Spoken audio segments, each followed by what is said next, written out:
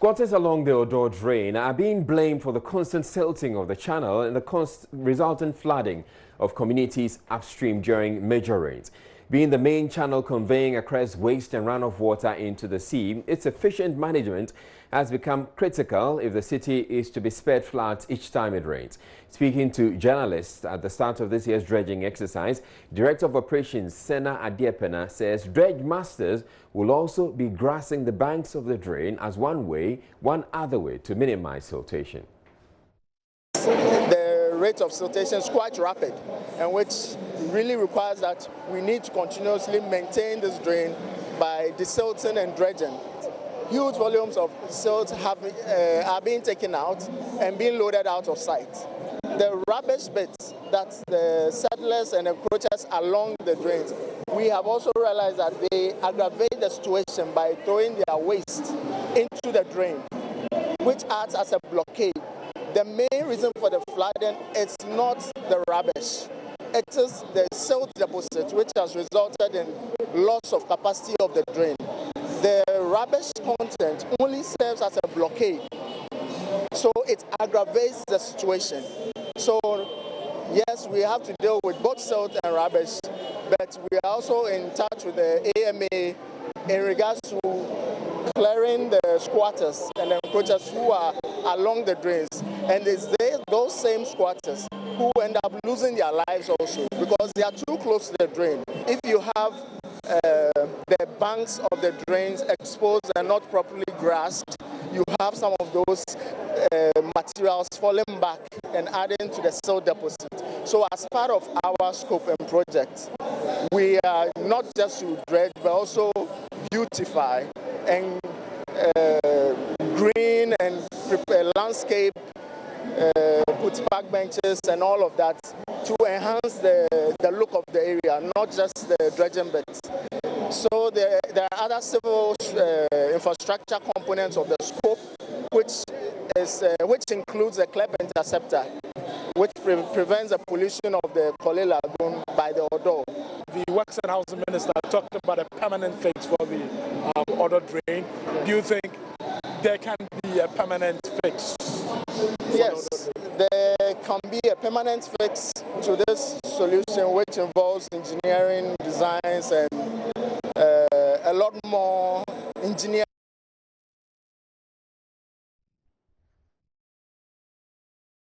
Now, President Akufo-Addo says his government is on course to ensure realization of set goals for the nation and that the 2 years of sacrifice put in by Ghanaians is what has delivered the free senior high school program, reduction in import duties and utilities, as well as the gradual employment of the youth in different sectors of the economy. Addressing the nation ahead of Easter festivities, Nana Akufo-Addo, however, conceded more needs to be done. Indeed, over the last 2 years, the sacrifices that our nation and the Ghanaian people have had to bear are beginning to pay off and are putting our nation on the right path. This year, our country is projected to have the fastest growing economy in the world, and we are the largest recipient of foreign direct investment in West Africa. All our young children are now guaranteed a minimum of senior high school education. We have an abundance of food, and for the first time in a long while, we're exporting food to our neighbors. Import duties and utility tariffs have been reduced to bring relief to businesses and individuals, and thousands of graduate teachers and nurses who prior to my coming into office had been sitting at home, twiddling their thumbs, have been employed. We put 100,000 graduates to work under NAPCO, and hundreds of thousands of young men and women are gainfully employed under the various modules of the Youth Employment Agency. The tech giant Google has established its first African artificial intelligence lab in Ghana. Other global industrial giants are getting ready to make important investments in our country. We're making steady progress in the implementation of our one district, one factory policy. These and many more continue to be the benefits we're reaping from 2 years of prudence, discipline, hard work, and sacrifice. The president urged drivers to be cautious on the road and prevent accidents this Easter. As we celebrate Easter, let us drive carefully on our roads and keep our nation in our prayers. There are many more hurdles ahead to overcome if we are to fulfill the dreams and aspirations of our forebears, who envisaged our nation to be that shining star of Africa, where the personal security of each citizen is guaranteed. Holy Scripture says, if my people who are called by my name will humble themselves and pray and seek my face and turn from their wicked ways, then I will hear from heaven and I'll forgive their sin and will heal their land. With the mobilization of our collective energies and prayers, I am confident that we will move this nation to where she has to be, a Ghana beyond aid. Meanwhile, the Motor Traffic and Transport Department of the Ghana Police Service says it has deployed personnel to accident-prone areas across the country to ensure road crashes are reduced to the barest minimum this festive season. Speaking at the closing ceremony of a joint campaign to minimize crashes this Easter, Staff Officer to the Director General of the MTTD, Superintendent Dr. Sasu Mensah, blamed fatigue, drink driving and speeding for most accidents. The Trakwano Mom Don't Drink and Drive and Easter Road Safety Awareness Campaign are initiatives of the National Road Safety Commission in collaboration with Guinness Ghana Limited and the Multimedia Group. Nancy Emefajradozi was there and reports. Road crashes have almost always seen a significant increase during festive seasons. This is especially because more people embark on travels to destinations across the country to partake in merrymaking or to simply reunite with their relations. At the Circle Bus Terminal, many such passengers were boarding buses to Kumasi and Sunyani for the Easter holidays. That's where you're going to? Kumasi. What's happening? Just a visit. Initial Sako. Are you also going to Kumasi? Yes, please. The high volume of commuters resulting in an increase in the number of buses automatically predisposes more people to accidents. Staff Officer to the Director General of the MTTD, Superintendent Dr. Sasu Mensah, says most of the accidents can be blamed on 3 factors.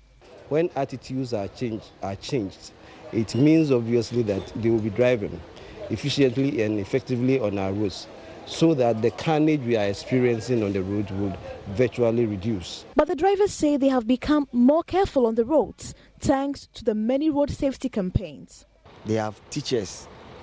If you reach Kumasi, or maybe if you are maybe you cross from Kumasi to, I think the drivers will be 2. Right now they have given us a spare driver. So right now maybe I think it will be. Passengers have also been blamed for not helping minimize road crashes.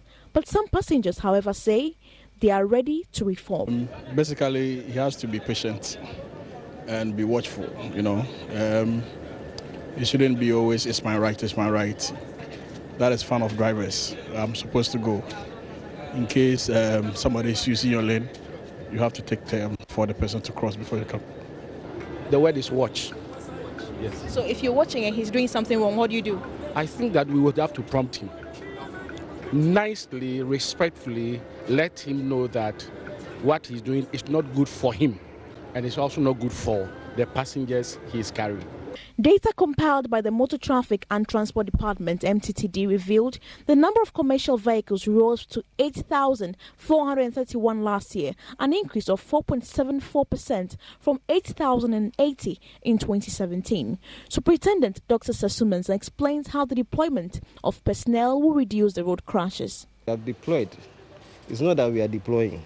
We have deployed traffic men to be along all the accident-prone routes. We have modern breathalyzer. We have modern speed gun.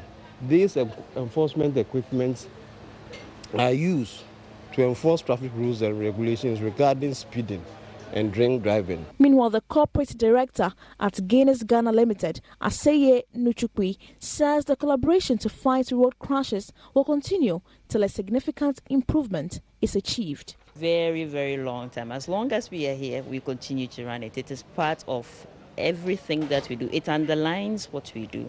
Drinking responsibly it's the, what should I call it, the bedrock of our alcohol in society. Both the multimedia group and Street Sense pledged to help sensitize the public with their medium. John Mahama on his part is urging government to construct modern terminals with restrooms for drivers as part of measures to reduce road accidents. The former president believes drivers who spend hours on the roads mostly don't have places to rest while they wait to pick passengers at terminals. This, he argues, causes some of them to doze off behind the wheel, leading to accidents. Mr. Mahama on Thursday embarked on a tour of some major bus terminals, calling for safety on the country's roads ahead of the Easter festivities. There's more in the following report.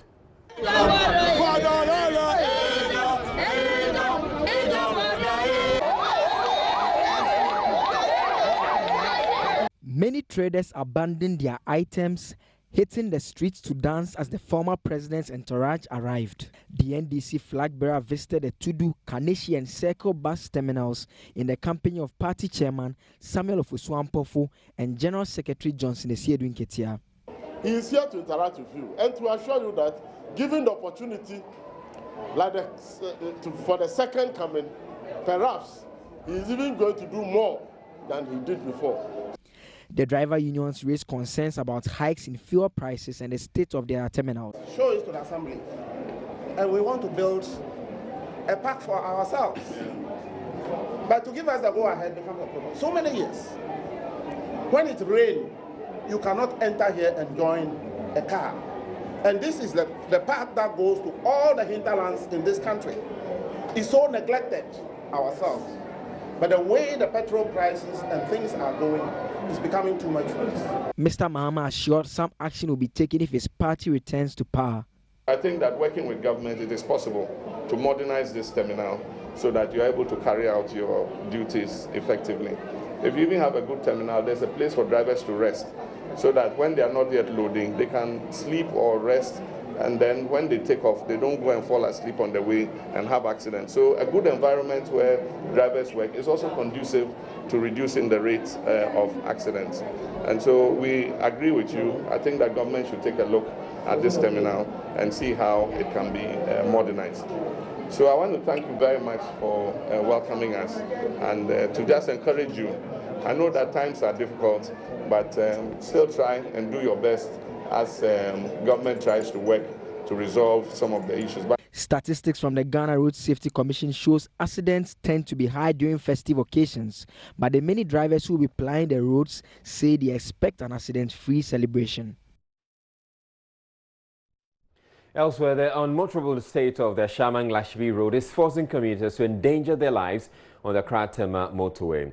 Though many have been knocked down and killed by the speeding vehicles, this has not stopped pedestrians from running across the motorway to avoid traffic in the Shamang tunnel. JoyNews' MFA Etiamwa Eli visited the area and reports also involved in sprints across the motorway are mothers with their infants clutching onto them.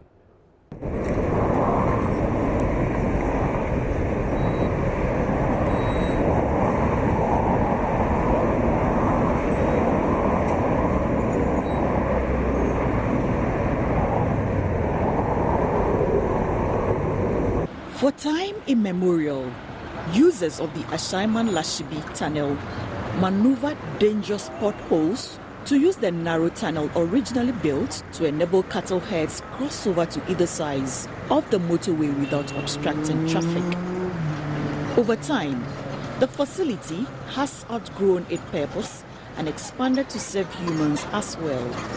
This is largely due to lack of an alternative route for commuters traveling between Lashibi and Ashaiman. According to the Ashaiman Municipal Assembly, at least 500 vehicles use the tunnel on a daily basis. On a good day, commuters, depending on which end of the tunnel they are traveling from or to, would spend at least 10 minutes waiting for traffic on the opposite side to clear before they cross.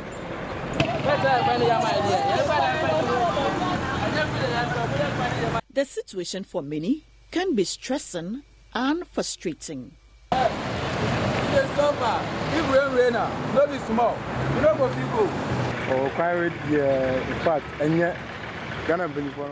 The road is bad. Authorities responsible must do something about it. The entire gutter is choked. The motorway and the underbridge must be fixed. We suffer when it rains. To avoid the delay and its associated discomforts, some commuters have resorted to endangering their lives on the motorway.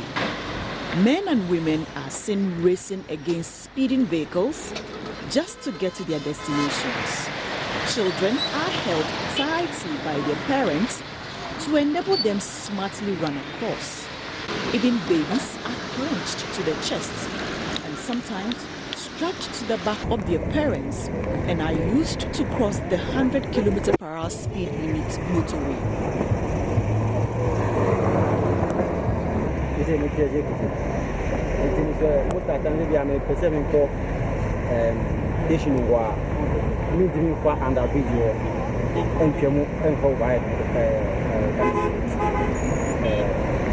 I live at Ajekojo.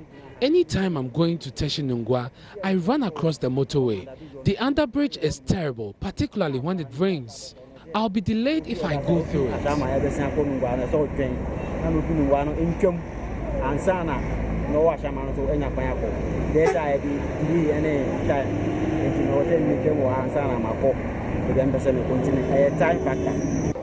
Commercial drivers are fast cashing in on the situation.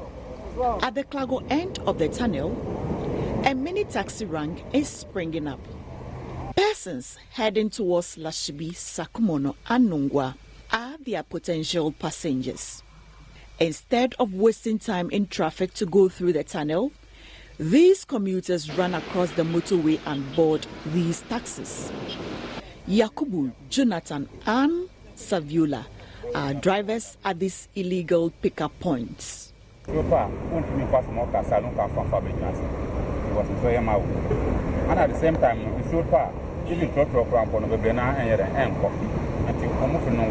it's impossible to drive small vehicles through the tunnel anytime it rains, not even the minibuses. We are used to loading those heading towards Nungwa, and mostly they'll just cross over the motorway, which is faster. We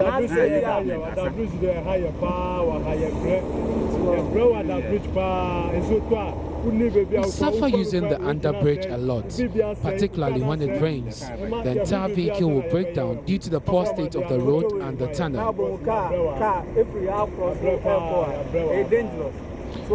Running across the motorway is dangerous.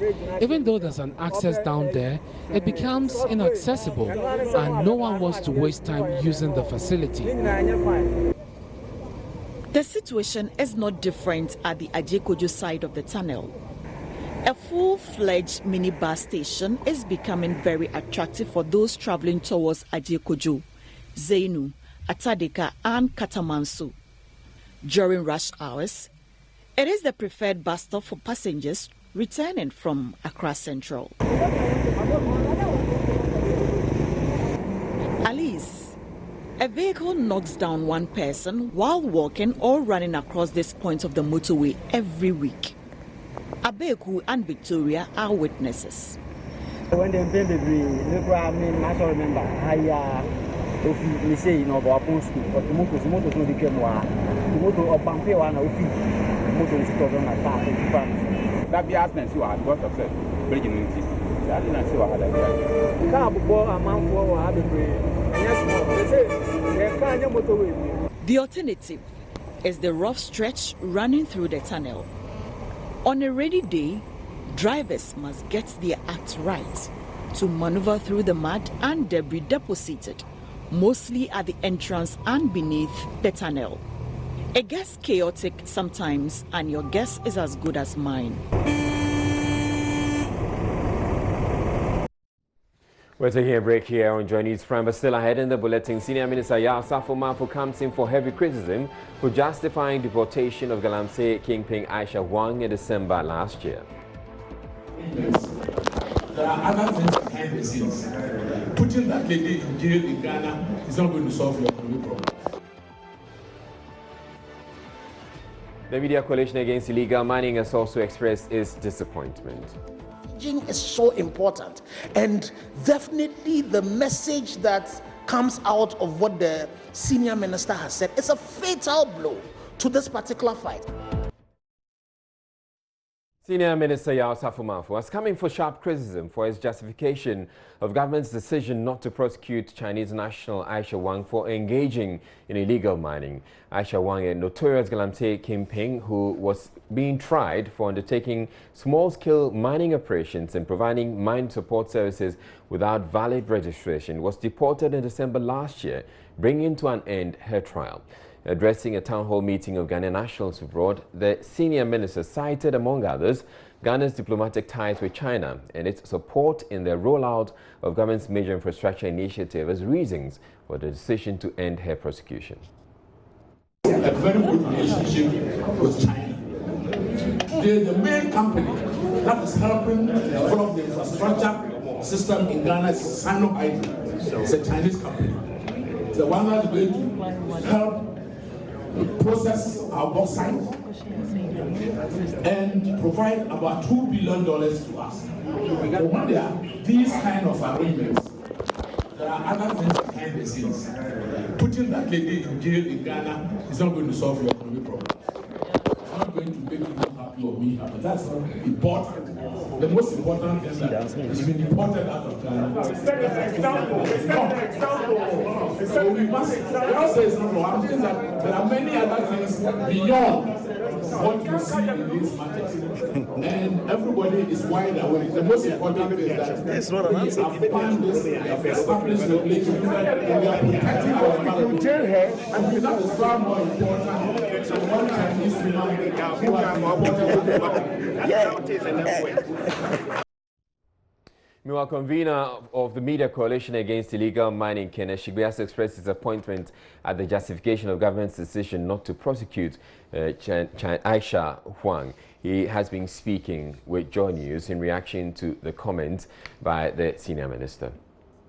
Aisha was not like one of those victims that those small fishes that you find in the pits, who are earning a living for them. She, from all the information we had gotten, was one of the financiers, very influential people who were behind it. So you wanted to ensure that for once you had gotten somebody who, if you dealt with, could actually deal with the supply, of resources towards this illegal mining, to deal with some of the people who are actually benefiting from it.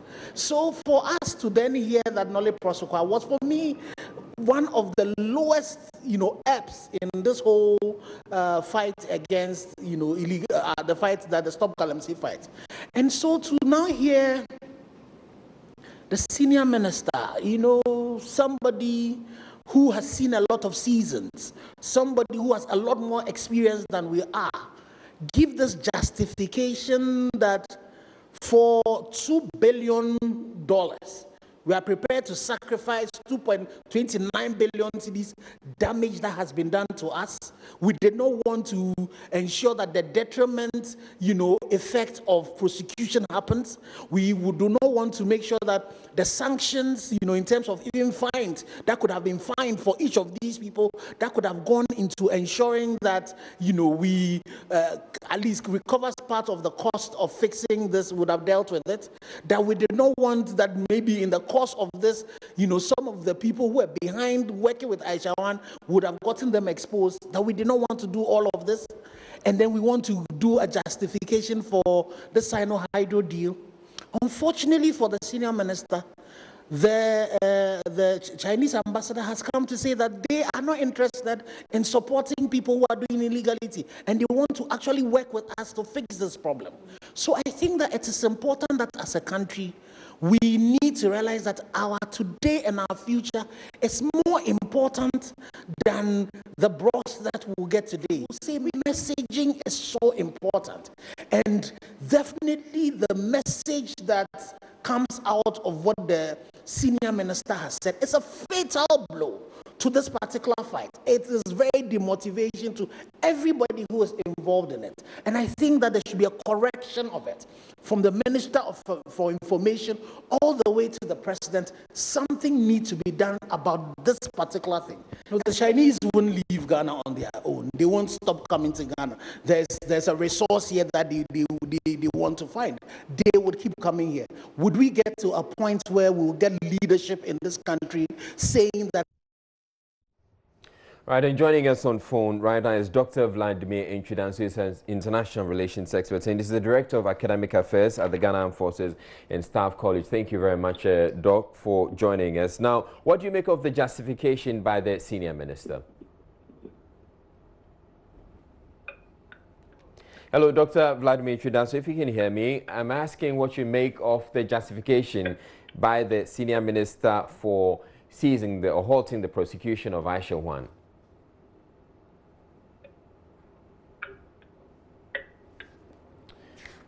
We appear to be having some challenges with Dr. Vladimir Inchudanso, but the Chinese ambassador has also been speaking, and we intend to bring you that story. But it appears we have Dr. Vladimir Inchudanso back on the line. Hello, Doc. Can you hear me, please? The Chinese ambassador to Ghana, Shi Ting-Wang, says his administration will stand solidly behind the government of Ghana to repatriate any Chinese found to have been engaged in illegal mining, popularly called galamsey. Mr. Wang says the Chinese embassy is surprised that some Chinese arrested for illegal mining were released without any communication with the embassy for their repatriation. Speaking at a lecture organized by the Confucius Institute at the University of Cape Coast, the Chinese ambassador cited Ghanaians for blame in the upsurge of the menace, adding, the Chinese and other foreign nationals are heavily supported by Ghanaians to perpetrate the illegal acts. Richard Kojonyako has more. The Chinese ambassador says his checks indicate that there are more Chinese investments in other regions of Ghana than in the central region, a situation he is convinced should change with his support. Shi Ting-Wang assures in the future he will not only encourage more Chinese investors to come to the central region to explore the investment opportunities, but also encourage more Chinese tourists to come to the region because the region has the greatest tourism resources in the country. How to, to make this region to be popular in China. This region is very famous because you have a Cape Coast and the castle. This is a very historical, famous place. However, now the China's investment, the Chinese companies in this region, is not as many as the other regions. This is a peaceful region. This is you have a fertile land. You have very good people. You have a very nice, good investment environment. So in the future, we will encourage more Chinese investors to come to your region to explore the investment opportunities. At the same time, we will also encourage more Chinese tourists to come to your region. Central Regional Minister Kwamna Duncan on his part thanked the Chinese ambassador for his interest in the region and asked for more support to help develop it. Like Oliver Twist, we will continue for as long as we remain friends. We will continue to rely and depend on one another for continuous support. So here my request is that the ceramics factory, the one that is sited in Tema, and the two that are also in Takrady, the raw material, more or less, is taken from this region. Yes, if you go to the next district, it's called in Pansaman, you have the raw material, they come all the way from Takrady to dig it and send it to Takrady. Of particular interest to the regional minister was the value addition to the development of ceramics. Kwamna Duncan praised the Chinese for their partnership and support in building the Kotokraba market, the Cape Coast Sports Stadium and other facilities in the region. Richard Kojonyako, JoyNews, Cape Coast. All right, so this story is very closely linked with the remarks by the senior minister, Yasafu Mafu, who has come in for sharp criticism for his justification of government's decision not to prosecute Chinese national Aisha Wang for engaging in illegal mining. I'm going on to the phone lines again to speak with Dr. Vladimir Intrudan. So he's an international relations expert and director of academic affairs at the Ghana Armed Forces and Staff College. Thank you once again, Dr. Vladimir Intrudan, for joining us. Now, we have heard what I'm sure you heard what the senior minister had to say earlier about as justification. I was asking, what do you make of his justification for letting Aisha Wang off? Good evening to your cherished listeners. In the first place, I had it clear, and the analysis that are being made left and right was very unfortunate, the context in which it was couched. In actual fact, I do not think that this is what exactly the minister meant. Such situations occur very regularly, to the extent that some countries would even have agreements with you, like the Americans have an agreement with us. Even if an American, that American is not going to be tried in Ghana. Maybe we don't know this. The examples that the senior minister gave. But in essence, what I thought he was making is that in international relations, these things happen. It were better if you declared a persona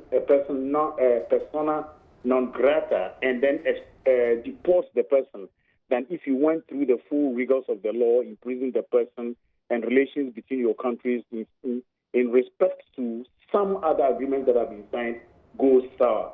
That is the text, I think, the message that the senior minister wanted to portray. But I think he didn't put it in the right context.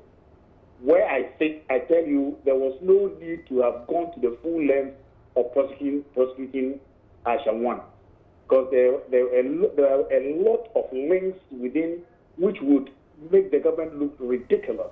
And in such situations, when you think that you would win a case or would not win a case, but will soil your relationship and create a situation of insanity, you rather nolly prosecute and leave the matter that way. And in legal matters, I'm not a lawyer, but I know that when you decide to withdraw from a case, nolly prosecute, you don't have to give any reason. I think the minister sought to give the reason, and it didn't go down well. The basic reason is that weighing the pros and cons, one putting her in prison and resulting in nothing, just declare her person, take her away, and the relationship between Ghana and China keeps on. I think that is the message. But unfortunately, bringing in what we have signed with them, making it look as if that is the basic reason why she was left loose, didn't go down well. No, but Dr. Vladimir Intrudan, so most of the people who are criticizing the senior minister for what he's had to say are suggesting that we're actually ceding our sovereignty because of a couple of billions of dollars, especially when the president has said so much about the fight against Galamsey. It suggests that we're not so committed to that fight. We didn't go on that tangent. The point is this, that yes, the president is committed. Everybody is committed. Everybody should be committed. There's a small mosquito somewhere that would jeopardize whatever it is. Yes, the Chinese were here. Numbers. Our waters, the flora and fauna and everything was so bad. Yes, they were killing our people, all things, whatever it is. Nobody can justify that. But here was a situation where allegedly MPs were involved, allegedly DCs are involved, allegedly men are involved, and you want to prosecute so that all these things start the relationship between your country and the other country, which is part of the sustenance of your economy. Then what to try and find a better way of resolving issues. Even in legal terms, that is why people plead for lesser, things that will acquit them or give them lesser punishment. So you plead bargain. It's all these things are there. Of course, one did not plead bargain. The government saw the need to let sleeping dogs lie so that we continue our relationship, and it's normal in every the small that we know. So you see a big country giving in so much to Israel so that some kind of something bigger, because the salami method in interest, there is something bigger is obtained. And I think the minister did not explain it very well. I mean, the example he gave was wrong, but the main thing behind Aisha's I think is because we did not want to lose, because Russians can punish you, Americans can punish you for a very small thing you refuse to do. All right, Dr. Vladimir Chudansu, can we then expect that all Chinese nationals that are found engaged in Galamsey are going to be let off the hook and deported? It doesn't follow. Maybe we don't know who Aisha Wang, the clout that he has within the Kenyan community, within the Chinese community. If this happens, you see a big elephant and the treatment is such that you want that. It happens all the time. There are several examples. Israel will not attack, say, Jordan because of a certain small thing, even though Jordanian nationals are being mistreated left and right. But then Jordan will keep quiet because of X. And in international, it does happen. I'm talking not to justify what the minister said, but to say that these things happen just because government looks beyond that small thing and say a bigger thing is happening. It happens all the time. Look at between Ghana and USA, as I'm saying, if an American national kills our president today, he will not be tried in Ghana. Take it from me. All right, thank you very much, Dr. Vladimir Chudansu. Is an international relations expert and is the director of academic affairs at the Ghana Armed Forces and Staff College.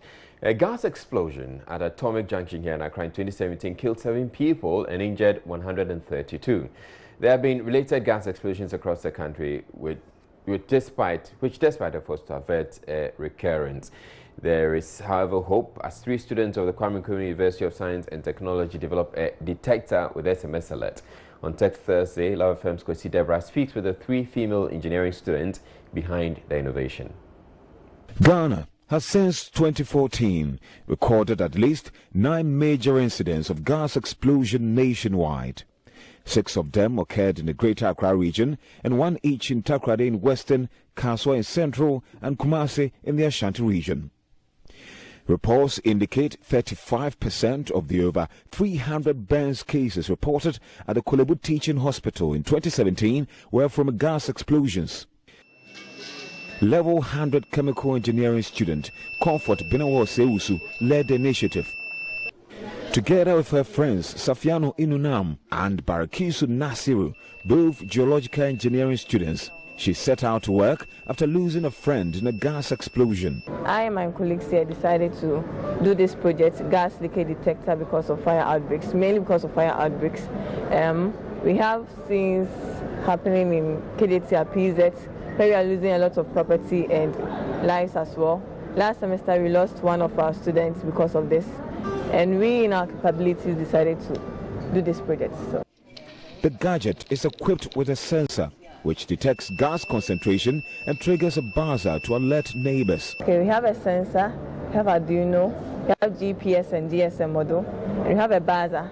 So when the sensor detects a concentration of gas around it, the buzzer will give out noise. So if you are around or neighbors around, we will just come close to where the noise is, then they will see to it whatever will happen. And we also have the GPS and the GSM model to give you a text message,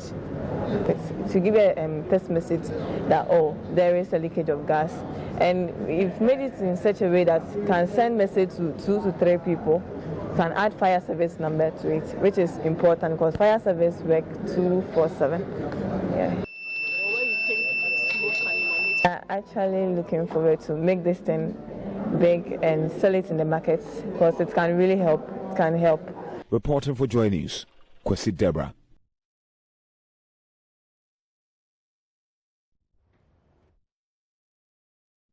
All right, we're taking a break on JoyNews Prime to bring you more business, but we posted the video of the Senior Minister Yasafo Mafo and his justification saying jailing Galamsey Queen won't solve economic problems, and we're getting quite a lot of reactions coming through on Facebook. We have 146 comments and 75 shares, and I'll read some of those comments you've sent in. Kujo Sam says, since when did granting freedoms to criminals result in economic boom for countries? Please, politicians, respect us more. Why? You free a woman said to have destroyed a large chunk of our environment, and the best way you could explain to us is to say keeping her wouldn't have added anything to our economy, Ghana. Kim Fisher says, if it should be a Ghanaian who did this in China, do you think by now he or she will be alive by this time? But they come here to take our resources and give us peanuts, and we hit down and be happy about it. Let's treat them the same way they treat us. And goes on to say, our leaders have no vision for this country. I'm even stressed because of all of this. You people will kill us all with BP and have the country to yourself and your families. So those are some of your comments. I'll be taking a lot more of your comments on JoyNews Interactive. Do stay tuned in for that. But after next, we're bringing you the second dose of business, and Sandra Penu will be here with that. And I'm Israel. Thank you very much for watching. You have a good night.